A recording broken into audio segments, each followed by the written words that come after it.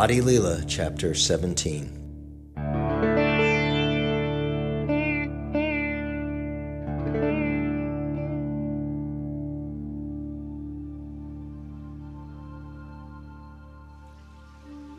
Let me offer my respectful obeisances to Śrī Caitanya Mahaprabhu, by whose mercy even unclean yavanas become perfectly well-bred gentlemen by chanting the holy name of the Lord.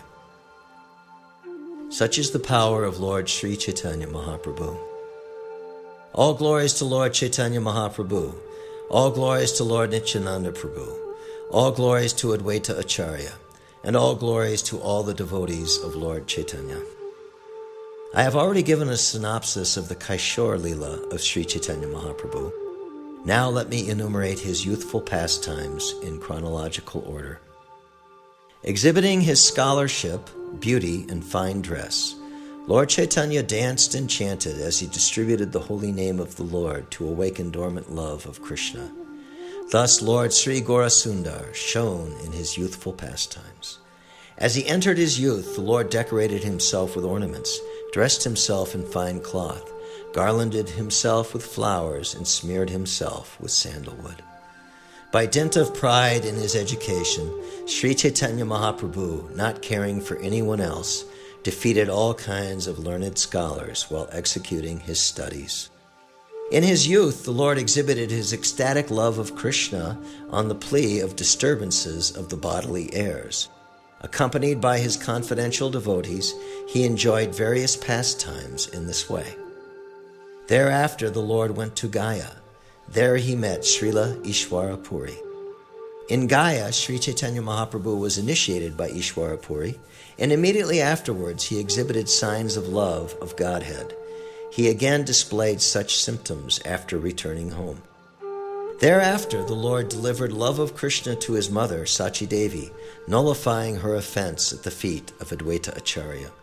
Thus there is a meeting with Advaita Acharya, who later had a vision of the Lord's universal form. Srivas Thakur then worshipped Lord Chaitanya Mahaprabhu by the process of Abhishek. Sitting on a cot, the Lord exhibited transcendental opulence. After this function at the house of Srivas Thakur, Nityananda Prabhu appeared, and when he met with Lord Chaitanya, he got the opportunity to see him in his six-armed form. One day, Lord Chaitanya Mahaprabhu exhibited to Lord Nityananda Prabhu a six-armed form, bearing a conch shell, disc, club, lotus flower, bow, and flute. Thereafter, the Lord showed him his four-armed form, standing in a three-curved posture. With two hands he played upon a flute, and in the other two he carried a conch shell and disc. Finally, the Lord showed Nityananda Prabhu his two-armed form of Krishna, the son of Maharaj Nanda, simply playing on his flute, his bluish body dressed in yellow garments. Nityananda Prabhu then arranged to offer Vyas Puj, or worship of the spiritual master, to Lord Sri Gaurasundar. But Lord Chaitanya carried the plow-like weapon called Mushala in the ecstasy of being Nityananda Prabhu. Thereafter, Mother Sachi Devi saw the brothers Krishna and Balaram in their manifestation of Lord Chaitanya and Nityananda. Then the Lord delivered the two brothers, Jagai and Madai. After this incident, the Lord remained in an ecstatic position for 21 hours, and all the devotees saw his specific pastimes. One day, Śrī Caitanya Mahaprabhu felt the ecstasy of the boar incarnation and got up on the shoulders of Murari Gupta. Thus they both danced in Murari Gupta's courtyard. After this incident, the Lord ate raw rice given by Shuklambar Brahmachari and explained very elaborately the import of the Harinam Shloka mentioned in the Brihan Naradiya Purana. In this age of Kali, there is no other means for self-realization than chanting the holy name, chanting the holy name, chanting the holy name of Lord Hari. In this age of Kali, the holy name of the Lord, the Hare Krishna Mahamantra, is the incarnation of Lord Krishna. Simply by chanting the holy name, one associates with the Lord directly. Anyone who does this is certainly delivered. The verse repeats the word eva, or certainly, 3 times for emphasis, and it also 3 times repeats Harinam, the holy name of the Lord, just to make common people understand. The use of the word kevala, or only, prohibits all other processes, such as the cultivation of knowledge, practice of mystic yoga, or performance of austerities and fruitive activities. This verse clearly states that anyone who accepts any other path cannot be delivered. This is the reason for the triple repetition, nothing else, nothing else, nothing else, which emphasizes the real process of self-realization. To chant the holy name always, one should be humbler than the grass in the street and devoid of all desire for personal honor, but one should offer others all respectful obeisances. A devotee engaged in chanting the holy name of the Lord should practice forbearance like that of a tree. Even if rebuked or chastised, he should not say anything to others to retaliate. For even if one cuts a tree, it never protests, and even if it is drying up and dying, it does not ask anyone for water. Thus, a Vaishnava should not ask anything from anyone else. If someone gives him something without being asked, he should accept it. But if nothing comes, a Vaishnava should be satisfied to eat whatever vegetables and fruits are easily available. One should strictly follow the principle of always chanting the holy name, and one should be satisfied with whatever he gets easily. Such devotional behavior solidly maintains one's devotional service. One who thinks himself lower than the grass, who is more tolerant than a tree, and who does not expect personal honor yet is always prepared to give all respect to others, can very easily always chant the holy name of the Lord. Raising my hands, I declare, everyone please hear me. String this verse on the thread of the holy name and wear it on your neck for continuous remembrance. One must strictly follow the principles given by Lord Chaitanya Mahaprabhu in this verse. If one simply follows in the footsteps of Lord Chaitanya and the Goswamis, certainly he will achieve the ultimate goal of life, the lotus feet of Sri Krishna. Śrī Caitanya Mahaprabhu regularly led congregational chanting of the Hare Krishna Mahamantra in the house of Srivas Thakur every night for 1 full year. This ecstatic chanting was performed with the doors closed so that non-believers who came to make fun could not gain entrance. Thus the non-believers almost burned to ashes and died out of envy. To retaliate, they planned various ways to give trouble to Srivas Thakur. One night while kirtan was going on inside Srivas Thakur's house, a Brahmin named Gopal Chapala, the chief of the non-believers, who was talkative and very rough in his speech, placed all the paraphernalia for worshipping the goddess Durga outside Srivas Thakur's door. On the upper portion of a plantain leaf, he placed such paraphernalia for worship as odapula, turmeric, vermilion, red sandalwood, and rice. He placed a pot of wine beside all this, and in the morning, when Srivas Thakur opened his door, he saw this paraphernalia.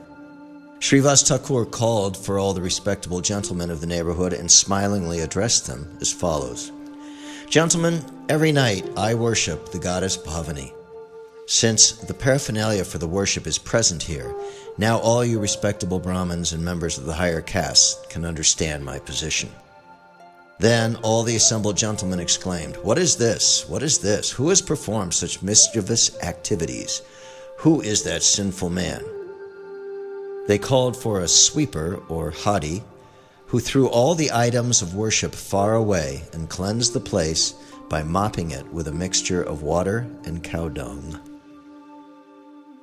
After 3 days, leprosy attacked Gopal Chapala, and blood oozed from sores all over his body. Incessantly covered with germs and insects biting him all over his body, Gopal Chapala felt unbearable pain. His entire body burned in distress. Since leprosy is an infectious disease, Gopal Chapala left the village to sit down on the bank of the Ganges underneath a tree. One day, however, he saw Chaitanya Mahaprabhu passing by and spoke to him as follows. My dear nephew, I am your maternal uncle in our village relationship. Please see how greatly this attack of leprosy has afflicted me. As an incarnation of God, you are delivering so many fallen souls. I am also a greatly unhappy, fallen soul. Kindly deliver me by your mercy." Hearing this, Chaitanya Mahaprabhu appeared greatly angry, and in that angry mood, he spoke some words chastising him. "O sinful person, envious of pure devotees, I shall not deliver you.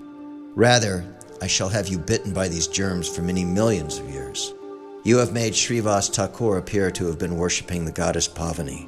Simply for this offense, you will have to fall down into hellish life for 10 million births. I have appeared in this incarnation to kill the demons, the Pashandis, and after killing them to preach the cult of devotional service." After saying this, the Lord left to take his bath in the Ganges, and that sinful man did not give up his life but continued to suffer. When Śrī Caitanya, after accepting the renounced order of life, went to Jagannath Puri and then came back to the village of Kulia, upon his return that sinful man took shelter at the Lord's lotus feet. The Lord, being merciful to him, gave him instructions for his benefit. "You have committed an offense at the lotus feet of Srivas Thakur," the Lord said. "First you must go there and beg for his mercy, and then if he gives you his blessings, and you do not commit such sins again, you will be freed from these reactions." Then the Brahmin Gopal Chapala went to Srivas Thakur and took shelter of his lotus feet, and by Srivas Thakur's mercy he was freed from all sinful reactions. Another Brahmin came to see the kirtan performance, but the door was closed, and he could not enter the hall. He returned home with an unhappy mind, but on the next day he met Lord Chaitanya on the bank of the Ganges and spoke to him. That Brahmin was expert in talking harshly and cursing others. Thus he broke his sacred thread and declared, "I shall now curse you, for your behavior has greatly aggrieved me." The Brahmin cursed the Lord, "You shall be bereft of all material happiness." When the Lord heard this, he felt great jubilation within himself. Any faithful person who hears of this Brahmin's cursing Lord Chaitanya is delivered from all Brahminical curses. Lord Śrī Caitanya Mahaprabhu blessed Mukunda Datta with punishment, and in that way vanquished all his mental depression. Lord Chaitanya respected Advaita Acharya as his spiritual master, but Advaita Acharya Prabhu was greatly aggrieved by such behavior. Thus he whimsically began to explain the path of philosophical speculation, and the Lord, in his anger, seemingly disrespected him. At that time, Advaita Acharya was greatly pleased. The Lord understood this, and he was somewhat ashamed, but he offered Advaita Acharya his benediction. Murari Gupta was a great devotee of Lord Ramachandra. When Lord Chaitanya heard Lord Ramachandra's glories from his mouth, he immediately wrote on his forehead, "Ramdas, the eternal servant of Lord Ramachandra." Once, Lord Chaitanya Mahaprabhu went to the house of Sridhar after kirtan and drank water from his damaged iron pot. Then he bestowed his benediction upon all the devotees according to their desires. After this incident, the Lord blessed Haridas Thakur and vanquished the offense of his mother at the home of Advaita Acharya. Once, when the Lord explained the glories of the holy name to the devotees, some ordinary students who heard him fashioned their own interpretation. When a student interpreted the glories of the holy name as a prayer of exaggeration, Śrī Caitanya Mahaprabhu, greatly unhappy, immediately warned everyone not to see the student's face henceforward. Without even removing his garments, Lord Chaitanya took a bath in the Ganges with his companions. There he explained the glories of devotional service. By following the paths of speculative philosophical knowledge, fruit of activity, or mystic yoga to control the senses, one cannot satisfy Krishna, the Supreme Lord. Unalloyed devotional love for Krishna is the only cause for the Lord's satisfaction.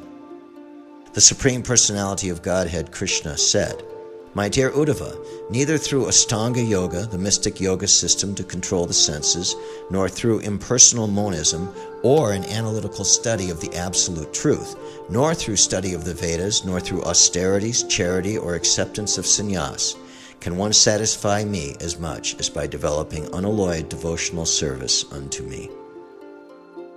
Lord Chaitanya then praised Murari Gupta, saying, "You have satisfied Lord Krishna."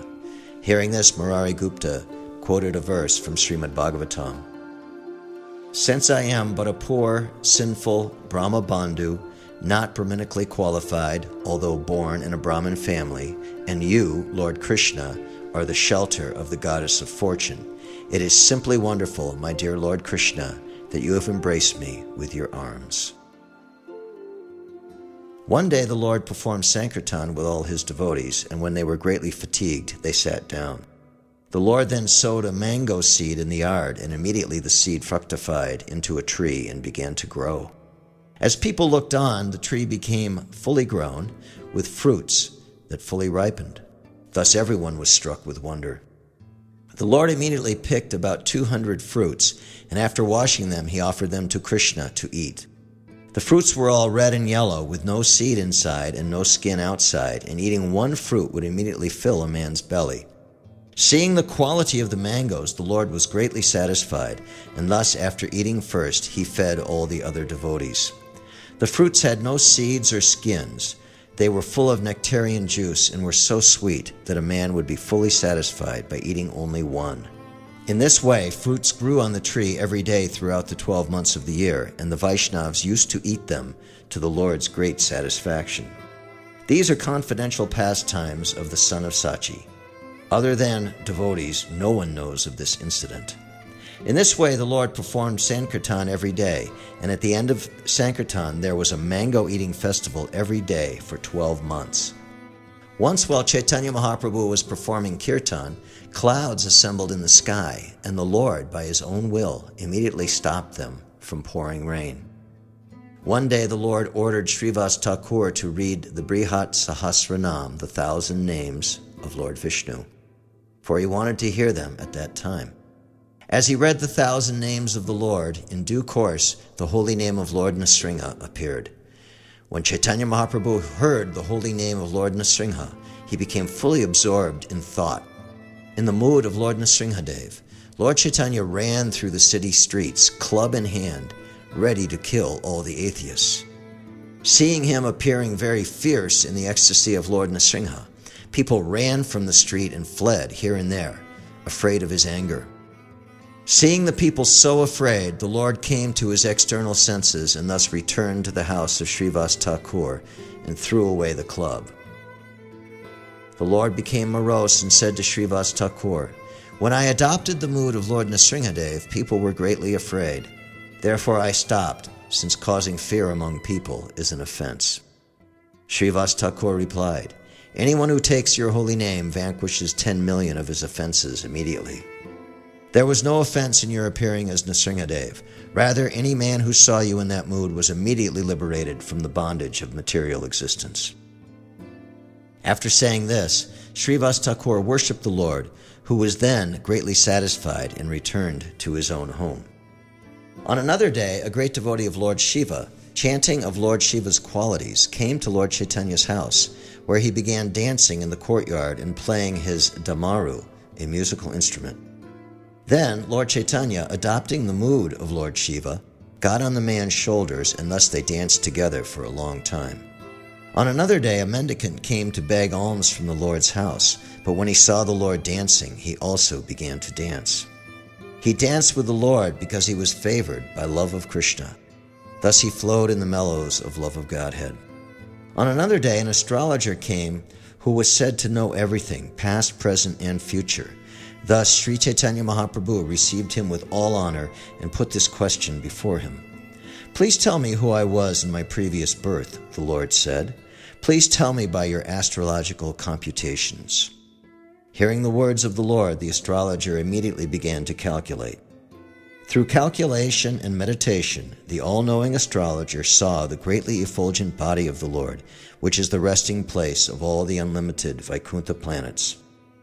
Seeing Lord Chaitanya Mahaprabhu to be the same absolute truth, the Supreme Brahman, the personality of Godhead, the astrologer was confused. Struck with wonder, the astrologer remained silent, unable to speak. But when the Lord again put the question before him, he replied as follows: "My dear sir, in your previous birth, you were the shelter of all creation, the Supreme Personality of Godhead, full of all opulences. You are now the same personality of Godhead that you were in your previous birth. Your identity is inconceivable, eternal happiness." When the astrologer was speaking so highly of him, Śrī Caitanya Mahaprabhu stopped him and began to smile. "My dear sir," he said, "I think You do not know very clearly what I was, for I know that in my previous birth I was a cowherd boy. In my last birth I was born in the family of cowherd men, and I gave protection to the calves and cows. Because of such pious activities, I have now become the son of a Brahmin." The astrologer said, "What I saw in meditation was full of opulence, and therefore I was confused. I am certain that your form and the form I saw in my meditation are one and the same. If I see any difference, this is an act of your illusory energy." The all-knowing astrologer concluded, "Whatever you may be, or whoever you may be, I offer my respectful obeisances unto you." By his causeless mercy, the Lord then gave him love of Godhead, thus rewarding him for his service. One day the Lord sat down in the corridor of a Vishnu temple and began calling very loudly, "Bring some honey, bring some honey." Nityananda Prabhu Gosai, understanding the ecstatic mood of Śrī Caitanya Mahaprabhu, brought a pot of Ganges water as a token and put it before him. After drinking the water, Lord Chaitanya became so ecstatic that he began to dance. Thus everyone saw the pastime of attracting the river Jamuna. When the Lord, in his ecstasy of Baladev, was moving as if intoxicated by the beverage, Advaita Acharya, the chief of the Acharyas, Acharya Shekhar, saw him in the form of Balaram. Vanamali Acharya saw a golden plow in the hand of Balaram, and the devotees all assembled together and danced, overwhelmed by ecstasy. In this way they danced continuously for 12 hours, and in the evening they all took a bath in the Ganges and then returned to their homes. And in each and every home they began performing Sankirtan regularly. All the devotees sang this popular song along with the Hare Krishna Mahamantra, Hare Namah Krishna Yadavaya Namaha, Gopal Govindaram Sri Madhusudan. When the Sankirtan movement thus started, no one in Navadweep could hear any sound other than the words Hari Hari and the beating of the mridanga and clashing of handbells. Hearing the resounding vibration of the Hare Krishna mantra, the local Muslims, greatly angry, submitted a complaint to the Qazi. Chand Qazi angrily came to one home in the evening, and when he saw kirtan going on, he broke a mridanga and spoke as follows. "For so long you did not follow the regulative principles of the Hindu religion, but now you are following them with great enthusiasm. May I know by whose strength you are doing so? No one should perform Sankirtan on the streets of the city. Today I am excusing the offense and returning home. The next time I see someone performing such Sankirtan, I shall certainly chastise him by not only confiscating all his property, but also converting him into a Muslim." After saying this, the Qazi returned home, and the devotees, greatly shocked that they were forbidden to chant Hare Krishna, submitted their grief to Lord Chaitanya Mahaprabhu. Lord Chaitanya ordered, "Go perform Sankirtan. I will kill all the Muslims who oppose the chanting of the holy names." Returning home, all the citizens began performing Sankirtan, but because of the order of the Qazi, they were not carefree, but always full of anxiety. Understanding the anxiety within the people's minds, the Lord called them together and spoke to them as follows. "In the evening I shall perform Sankirtan in each and every town. Therefore, you should all decorate the city in the evening. In the evening, burn torchlights in every home. I shall give protection to everyone. Let us see what kind of Qazi comes to stop our kirtan." In the evening, Lord Gaurasundar went out and formed 3 parties to perform kirtan. In the front party danced Thakur Haridas, and in the middle party danced Advaita Acharya with great jubilation. Lord Gaurasundar himself danced in the rear party, and Sri Nityananda Prabhu moved with Lord Chaitanya's dancing. By the grace of the Lord, Srila Vrindavan Das Thakur has elaborately described this incident in his Chaitanya Bhagavat. Performing kirtan in this way, circumambulating through every nook and corner of the city, they finally reached the door of the Qazi. Murmuring in anger and making a roaring sound, the people, under the protection of Lord Chaitanya, became mad through such indulgence. The loud sound of the chanting of the Hare Krishna mantra certainly made the Qazi very much afraid, and he hid himself within his room. Hearing the people thus protesting, murmuring in great anger, the Qazi would not come out of his house. Naturally, some of the people who were very much agitated began to retaliate the Qazi's actions by wrecking his house and flower garden. Srila Vrindavan Das Thakur has elaborately described this incident. Thereafter, when Śrī Caitanya Mahaprabhu reached the Qazi's house, he sat down by the doorway and sent some respectable persons to call for the Qazi. When the Qazi came, his head bowed down, the Lord gave him proper respect and a seat. In a friendly way, the Lord said, "Sir, I have come to your house as your guest, but upon seeing me, you hid yourself in your room. What kind of etiquette is this?"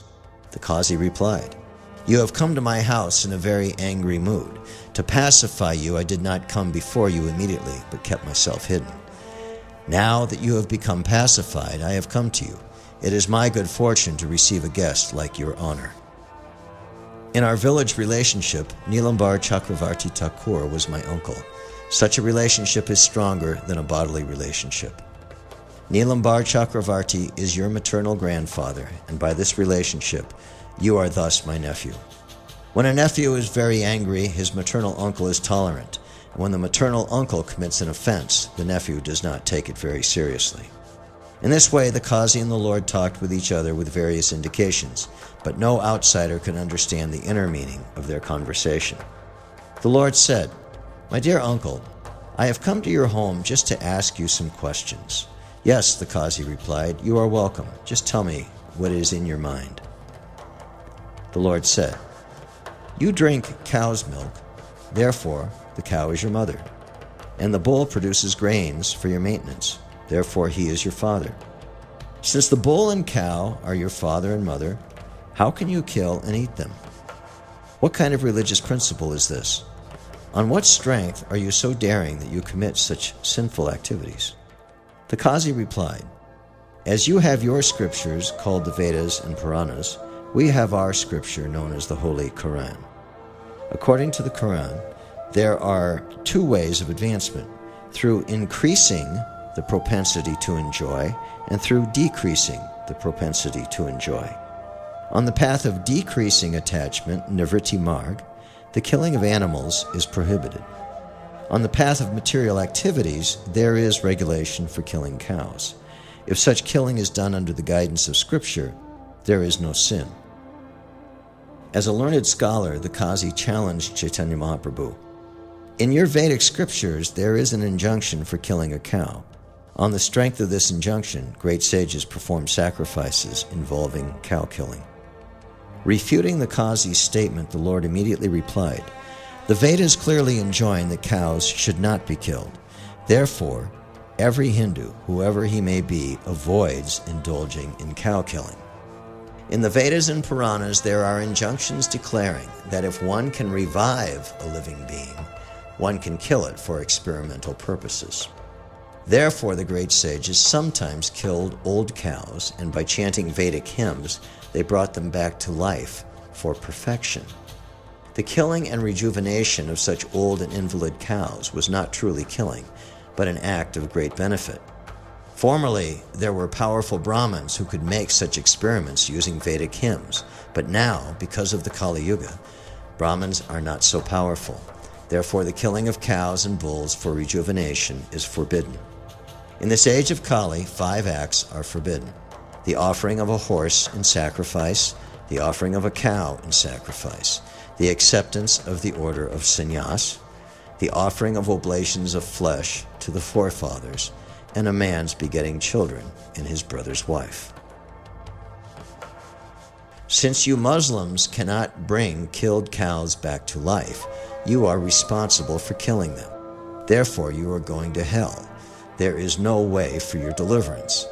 Cow killers are condemned to rot in hellish life for as many thousands of years as there are hairs on the body of the cow. There are many mistakes and illusions in your scriptures. Their compilers, not knowing the essence of knowledge, gave orders that were against reason and argument." After hearing these statements by Śrī Caitanya Mahaprabhu, the Qazi, his arguments stunned, could not put forward any more words. Thus, after due consideration, the Qazi accepted defeat and spoke as follows. "My dear Nimai Pandit, what you have said is all true. Our scriptures have developed only recently, and they are certainly not logical and philosophical. I know that our scriptures are full of imagination and mistaken ideas, yet because I am a Muslim, I accept them for the fact of my community, despite their insufficient support. The reasoning and arguments in the scriptures of the meat-eaters are not very sound, the Qazi concluded. Upon hearing this statement, Śrī Caitanya Mahaprabhu smiled and inquired from him as follows. My dear maternal uncle, I wish to ask you another question. Please tell me the truth. Do not cheat me with tricks. In your city there is always congregational chanting of the holy name. A tumultuous uproar of music, singing, and dancing is always going on. As a Muslim magistrate, you have the right to oppose the performance of Hindu ceremonies, but now you do not forbid them. I cannot understand the reason why. The Qazi said, Everyone calls you Gora Hari. Please let me address you by that name. Kindly listen, O Gora Hari. If you come to a private place, I shall then explain the reason. The Lord replied, All these men are my confidential associates. You may speak frankly. There is no reason to be afraid of them. The Qazi said, When I went to the Hindu's house, broke the drum, and forbade the performance of congregational chanting, in my dreams that very night I saw a greatly fearful lion, roaring very loudly, his body like a human being's, and his face like a lion's. While I was asleep, the lion jumped on my chest, laughing fiercely and gnashing his teeth. Placing its nails on my chest, the Lord said in a grave voice, I shall immediately bifurcate your chest as you broke the mridanga drum. You have forbidden the performance of my congregational chanting, therefore I must destroy you. Being very much afraid of him, I closed my eyes and trembled. Seeing me so afraid, the lion said, I have defeated you just to teach you a lesson, but I must be merciful to you. On that day you did not create a very great disturbance, therefore I have excused you and not taken your life. But if you perform such activities again, I shall not be tolerant. At that time I shall kill you, your entire family, and all the meat-eaters. After saying this, the lion left, but I was very much afraid of him. Just see the marks of his nails on my heart. After this description, the Qazi showed his chest. Having heard him and seen the marks, all the people there accepted the wonderful incident. The Qazi continued, I did not speak to anyone about this incident, but on that very day one of my orderlies came to see me. After coming to me, the orderly said, When I went to stop the congregational chanting, suddenly flames struck my face. My beard was burned, and there were blisters on my cheeks. Every orderly who went gave the same description. After seeing this, I was very much afraid. I asked them not to stop the congregational chanting, but to go sit down at home. Then all the meat-eaters, hearing that there would be unrestricted congregational chanting in the city, came to submit a petition. The religion of the Hindus has increased unlimitedly. There are always vibrations of Hari, Hari. We do not hear anything but this. One meat-eater said, The Hindus say Krishna, Krishna, and they laugh, cry, dance, chant, and fall on the ground, smearing their bodies with dirt. Vibrating Hari, Hari, the Hindus make a tumultuous sound. If the king hears it, certainly he will punish you. I then inquired from these Yavanas, I know that these Hindus by nature chant Hari, Hari. The Hindus chant the name Hari because that is the name of their god. But you are Muslim meat-eaters. Why do you chant the name of the Hindus' god? The meat-eater replied, Sometimes I joke with the Hindus. Some of them are called Krishnadas and some are called Ramdas. Some of them are called Haridas. They always chant Hari, Hari. And thus I thought they would steal the riches from someone's house. Another meaning of Hari, Hari is, I am stealing, I am stealing. Since that time, my tongue also always vibrates the sound Hari, Hari. I have no desire to say it, but still my tongue says it. I do not know what to do. Another meat-eater said, Sir, please hear me. Since the day I joked with some Hindus in this way, my tongue chants the Hare Krishna hymn and cannot give it up. I do not know what mystic hymns and herbal potions these Hindus know. After hearing all this, I sent all the malechas back to their homes. 5 or 7 non-believing Hindus then approached me. Coming to me, the Hindus complained, Nimai Pandit has broken the Hindu religious principles. He has introduced the Sankirtan system, which we never heard from any scripture. When we keep a night-long vigil to observe religious performances for the worship of Mangala Chandi and Vishahari, playing on musical instruments, dancing, and chanting are certainly fitting customs. Nimai Pandit was previously a very good boy, but since he has returned from Gaya, he conducts himself differently. Now he loudly sings all kinds of songs, claps, and plays drums and hand cymbals, making a tumultuous sound that deafens our ears. We do not know what he eats that makes him become mad, dancing, singing, sometimes laughing, crying, falling down, jumping up, and rolling on the ground. He has made all the people practically mad by always performing congregational chanting. At night we cannot get any sleep. We are always kept awake. Now he has given up his own name Nimai and introduced himself by the name Gora Hari. He has spoiled the Hindu religious principles and introduced the irreligion of non-believers. Now the lower classes are chanting the Hare Krishna Maha Mantra again and again. For this sinful activity, the entire city of Navadvip will become deserted. According to Hindu scripture, God's name is the most powerful hymn. If everyone hears the chanting of the name, the potency of the hymn will be lost. Sir, you are the ruler of this town. Whether Hindu or Muslim, everyone is under your protection. Therefore, please call Nimai Pandit and make him leave the town. After hearing their complaints in sweet words, I told them, please go back home. I shall certainly prohibit Nimai Pandit from continuing his Hare Krishna movement. I know that Narayan is the supreme god of the Hindus, and I think that you are the same Narayan. This I feel within my mind. After hearing the Qazi speak so nicely, Śrī Caitanya Mahaprabhu touched him and smilingly spoke as follows. The chanting of the holy name of Krishna from your mouth has performed a wonder. It has nullified the reactions of all your sinful activities. Now you have become supremely pure. Because you have chanted 3 holy names of the Lord, Hare, Krishna, and Narayan, you are undoubtedly the most fortunate and pious. After the Qazi heard this, tears flowed down from his eyes. He immediately touched the lotus feet of the Lord and spoke the following sweet words. Only by your mercy have my bad intentions vanished. Kindly favor me so that my devotion may always be fixed upon you. The Lord said, I wish to beg you for one favor in charity. You must pledge that the Sankirtan movement will not be checked, at least in the district of Nadia. The Qazi said, to as many descendants as take birth in my dynasty in the future, I give this grave admonition. No one should check the Sankirtan movement. Hearing this, the Lord got up, chanting Hari, Hari. Following him, all the other Vaishnavas also got up, chanting the vibration of the holy name. Śrī Caitanya Mahaprabhu went back to perform kirtan, and the Qazi, his mind jubilant, went with him. The Lord asked the Qazi to go back home. Then the son of Mother Sachi came back to his own home, dancing and dancing. This is the incident concerning the Qazi and the Lord's mercy upon him. Anyone who hears this is also freed from all offenses.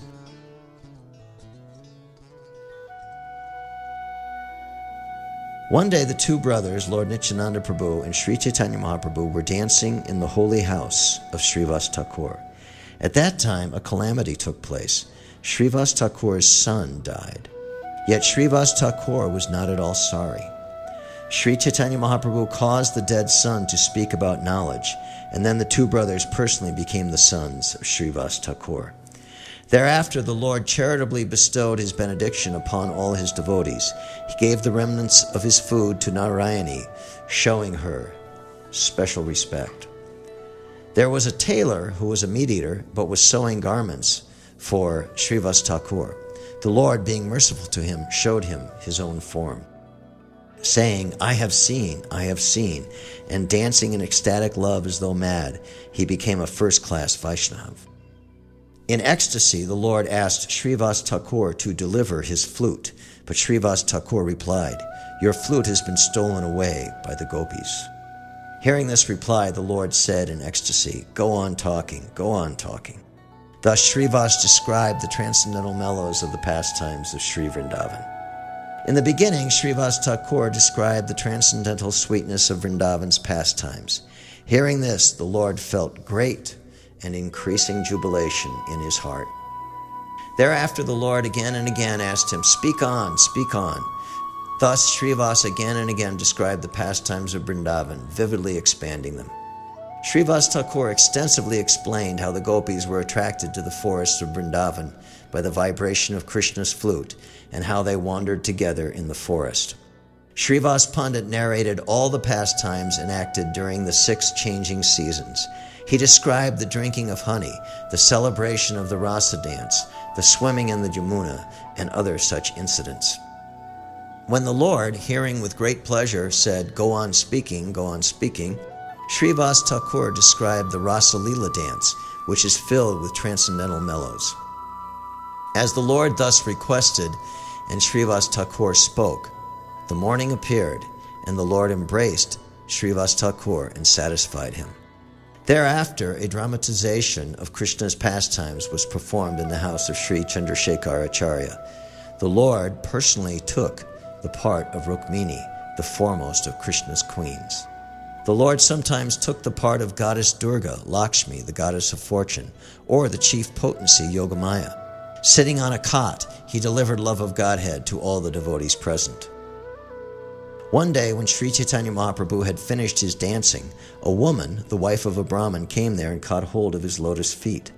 As she took the dust of his lotus feet again and again, the Lord became unlimitedly unhappy. Immediately, he ran to the river Ganges and jumped in to counteract the sinful activities of that woman.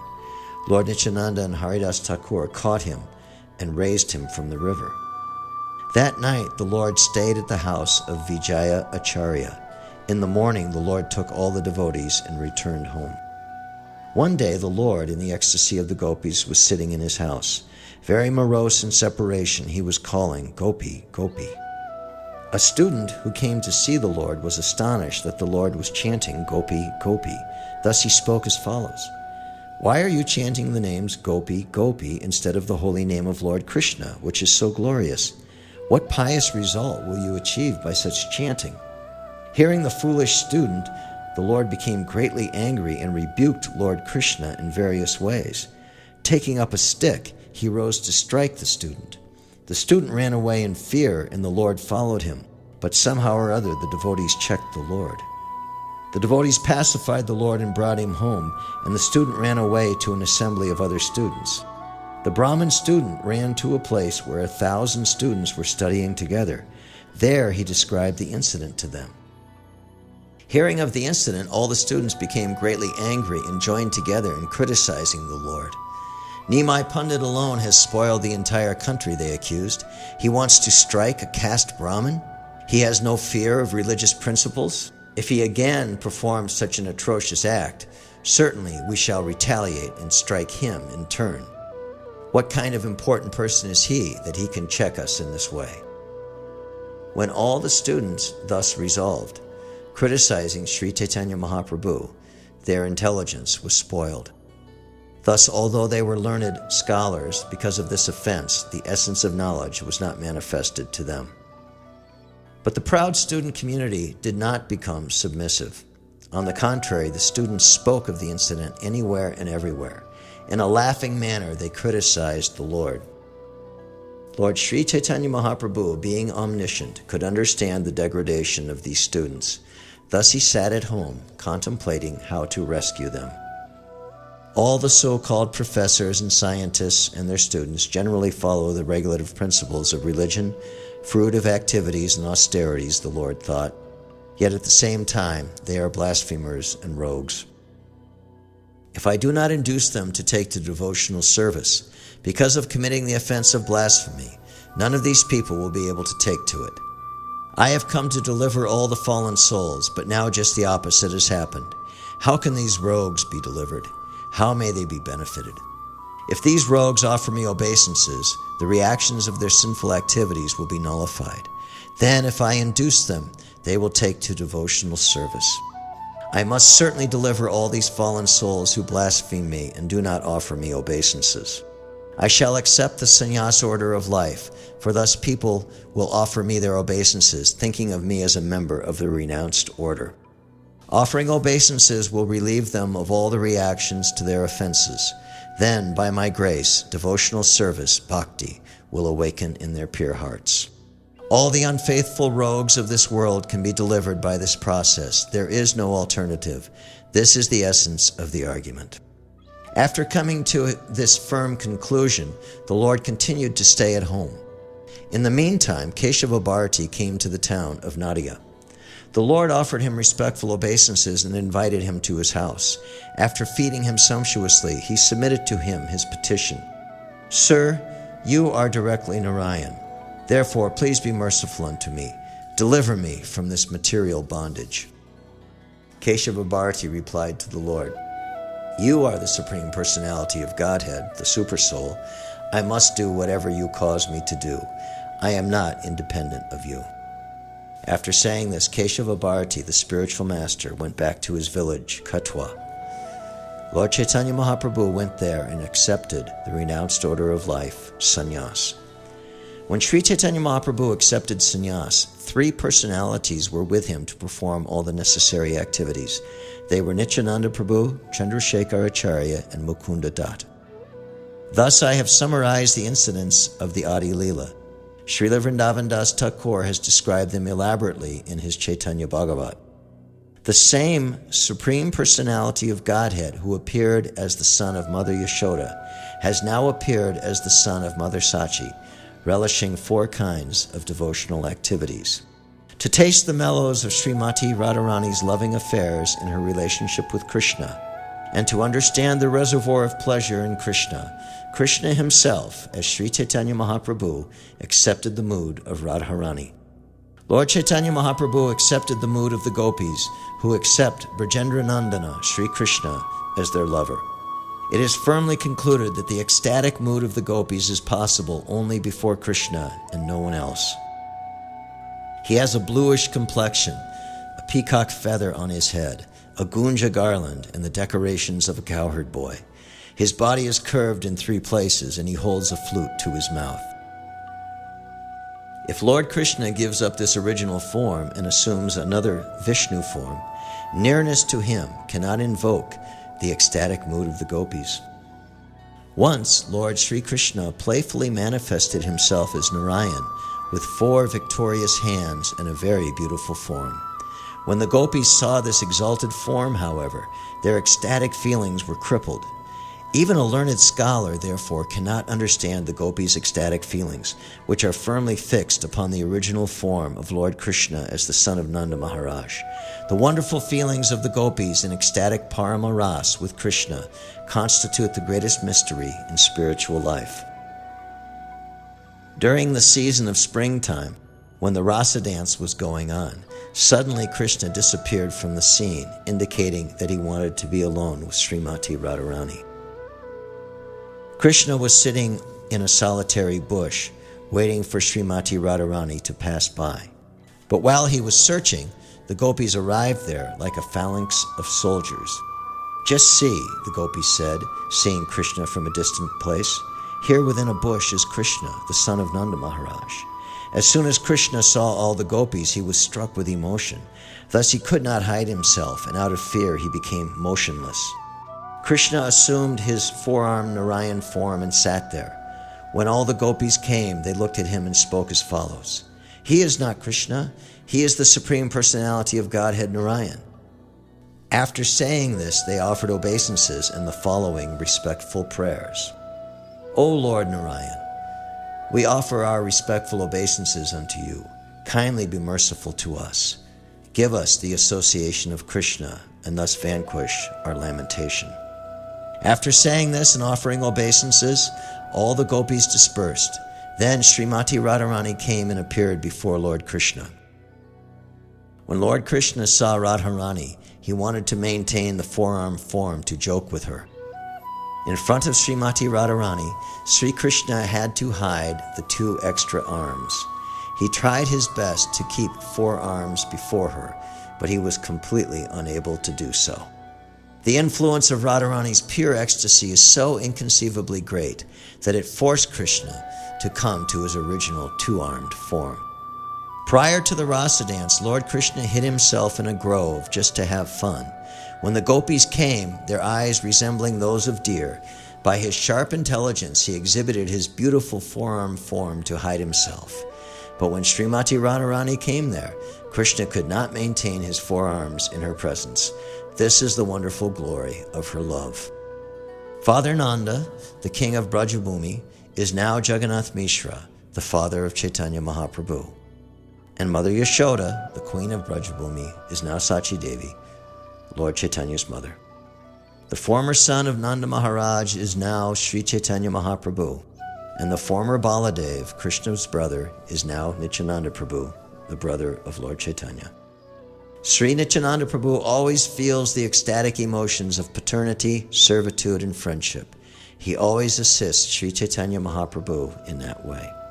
Sri Nityananda Prabhu overflooded the entire world by distributing transcendental loving service.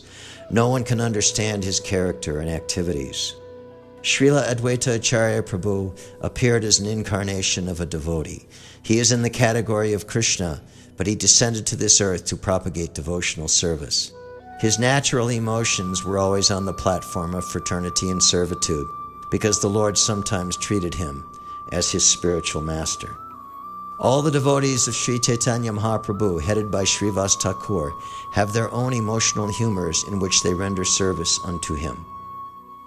Personal associates like Gadadhar, Swarup Damodar, Ramananda Roy, and the 6 Goswamis, headed by Rupa Goswami, are all situated in their respective transcendental humors.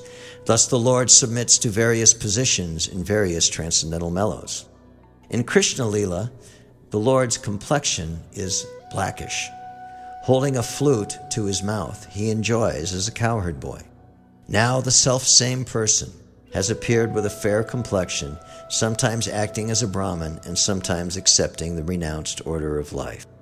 Therefore the Lord himself, accepting the emotional ecstasy of the gopis, now addresses the son of Nanda Maharaj, O master of my life, O my dear husband. He is Krishna, yet he has accepted the mood of the gopis. How is it so? It is the inconceivable character of the Lord, which is very difficult to understand. One cannot understand the contradictions in Lord Chaitanya's character by putting forward mundane logic and arguments. Consequently, one should not maintain doubts in this connection. One should simply try to understand the inconceivable energy of Krishna. Otherwise, one cannot understand how such contradictions are possible. The pastimes of Sri Krishna Chaitanya Mahaprabhu are inconceivable and wonderful. His ecstasy is wonderful, his qualities are wonderful, and his behavior is wonderful. If one simply adheres to mundane arguments and therefore does not accept this, he will boil in the hell of Kumbhipaka. For him, there is no deliverance. Anything transcendental to material nature is called inconceivable, whereas arguments are all mundane. Since mundane arguments cannot touch transcendental subject matters, one should not try to understand transcendental subjects through mundane arguments. Only a person who has firm faith in the wonderful pastimes of Lord Chaitanya Mahaprabhu can approach his lotus feet. In this discourse, I have explained the essence of the devotional conclusion. Anyone who hears this develops unalloyed devotional service to the Lord. If I repeat what is already written, I may thus relish the purport of this scripture. We can see in the scripture Srimad Bhagavatam the conduct of its author, Sri Vyasadeva. After speaking the narration, he repeats it again and again. Therefore, I shall enumerate the chapters of the adi-lila. In the first chapter, I offer obeisances to the spiritual master, for this is the beginning of auspicious writing. The second chapter explains the truth of Śrī Caitanya Mahaprabhu. He is the Supreme Personality of Godhead, Lord Krishna, the son of Maharaj Nanda. Sri Krishna Chaitanya Mahaprabhu, who is Krishna himself, has now appeared as the son of Mother Sachi. The third chapter describes the general cause of his appearance. The third chapter specifically describes the distribution of love of Godhead. It also describes the religion of the age, which is simply to distribute the holy name of Lord Krishna and propagate the process of loving Him. The fourth chapter describes the main reason for His appearance, which is to taste the mellows of His own transcendental loving service and His own sweetness. The fifth chapter describes the truth of Lord Nityananda Prabhu, who is none other than Balaram, the son of Rohini. The sixth chapter considers the truth of Advaita Acharya. He is an incarnation of Mahavishnu. The seventh chapter describes the Panchatattva, Śrī Caitanya, Prabhu Nityananda, Śrī Advaita, Gadadhar, and Srivas. They all combine together to distribute love of Godhead everywhere. The eighth chapter gives the reason for describing Lord Chaitanya's pastimes. It also describes the greatness of Lord Krishna's holy name. The ninth chapter describes the desire tree of devotional service. Śrī Caitanya Mahaprabhu himself is the gardener who planted it. The 10th chapter describes the branches and sub-branches of the main trunk and the distribution of their fruits. The 11th chapter describes the branch called Śrī Nityananda Prabhu. The 12th chapter describes the branch called Śrī Advaita Prabhu. The 13th chapter describes the birth of Śrī Caitanya Mahaprabhu, which took place with the chanting of the holy name of Krishna. The 14th chapter gives some description of the Lord's childhood pastimes. The 15th briefly describes the Lord's boyhood pastimes. In the 16th chapter, I have indicated the pastimes of the Kaishora age, the age prior to youth. In the 17th chapter, I have specifically described his youthful pastime. Thus, there are 17 varieties of subjects in the first canto, which is known as the adi-lila. 12 of these constitute the preface of this scripture. After the chapters of the preface, I have described 5 transcendental mellows in 5 chapters. I have described them very briefly rather than expansively. By the order and strength of Śrī Nityananda Prabhu, Srila Vrindavan Das Thakur has elaborately described in his Chaitanya Bhagavat all that I have not. The pastimes of Lord Śrī Caitanya Mahaprabhu are wonderful and unlimited. Even personalities like Lord Brahma, Lord Shiva, and Sheshanag cannot find their end. Anyone who describes or hears any part of this elaborate subject will very soon receive the causeless mercy of Śrī Caitanya Mahaprabhu. Herein the author again describes the Panchatattva, Sri Krishna Chaitanya, Prabhu Nityananda, Śrī Advaita, Gadadhar, Srivas, and all the devotees of Lord Chaitanya. I offer my respectful obeisances to all the residents of Vrindavan. I wish to place their lotus feet on my head in great humbleness. I wish to place the lotus feet of the Goswamis on my head. Their names are Shri Swarup Damodar, Sri Rupa Goswami, Shri Sanatan Goswami, Shri Raghunath Das Goswami, and Shri Jiva Goswami. Placing their lotus feet on my head, always hoping to serve them, I, Krishna Das, narrate Śrī Caitanya caritāmṛta, following in their footsteps.